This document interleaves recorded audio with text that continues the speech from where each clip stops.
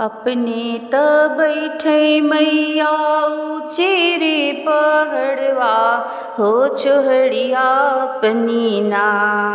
मैया घर घर भेजई हो चोहड़िया अपनी ना। मैया घर घर भेजई हो चोहड़िया अपनी ना। अपने त बैठे मैया ऊँचे पहड़वा हो चोहड़िया अपनी ना। मैया घर घर भेजई हो चोहड़िया अपनी ना।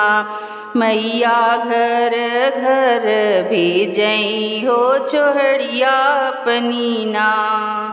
पहली छोहड़िया मैया भेजई मालिन घरवा हो किले आवना। पहली छोहड़िया मैया भेजे मालिन घरवा हो किले आवना। हमके अड़ौल गजरवा हो किले आवना। हमके अड़ौल गजरवा हो किले आवना। दूसरी छोहड़िया मैया भेजे कहरा घरवा हो किले आवना। दूसरी छोहड़िया मैया भेजे कहरा घरवा हो किले आवना। हमरे पूजा क कलसा दियल ले आवना।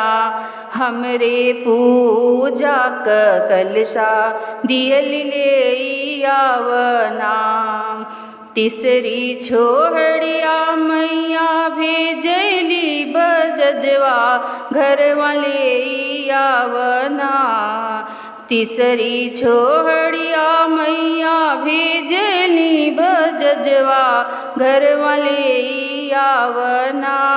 हमके लल की चुनरिया हो किले आवना। हमके लल की चुनरिया हो किले आवना। चौथी छोहड़िया मैया भेजे पंडित घरवा हो कि हम सुनबैना।